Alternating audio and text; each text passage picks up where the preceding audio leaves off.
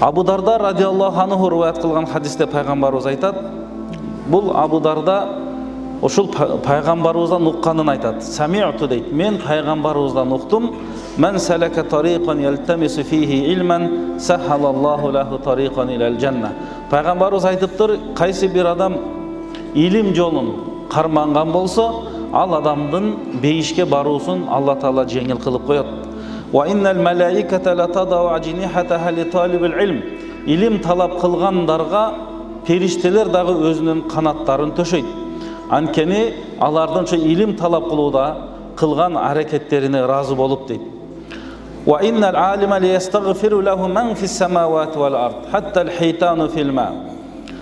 Илим талап кылуучуга жана алымдарга асман менен жердеги махлуктардын барды керек болсо суудагы, океандагы киттер дагы истигфар айтат дейт.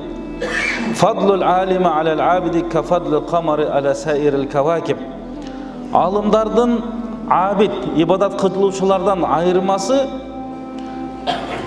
ай 13, 14, 15 күндүгүндө аябай толо болуп, кооз болгон сыяктуу башка жылдыздарга караганда экөөнүн айырмасы мына ошондой дейт. Ва иннал улама варасатул анбия. Чындыгында алымдар пайгамбарлардын мураскору. Пайгамбарлар эч кандай бир акча, байлык, мүлк таштап кеткен эмес. Иннама варасул илм. Пайгамбарлар илим таштап кетти дейт. Фаман ахаза бихазин вафир. Мына ошол пайгамбардын мурасын, пайгамбары таштап кеткен илимди ким алган болсо, ал чындыгында чоң бир ийгиликке жетти дейт пайгамбарыбыз.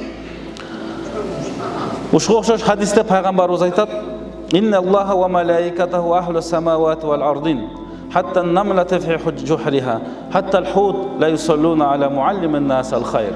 Чындыгында илим алып, алым болуп, адамдарга жакшы насааттарды айткан алымдарга океандагы киттер, өзүнүн ийининдеги кумурскалар, асман менен жердеги махлуктардын периштелер дагы бардыгы истигфар айтат дейт. Ошондон илим талап кылуунун дагы, илим алуунун дагы биздин шариятыбызда фадилети аябай чоң.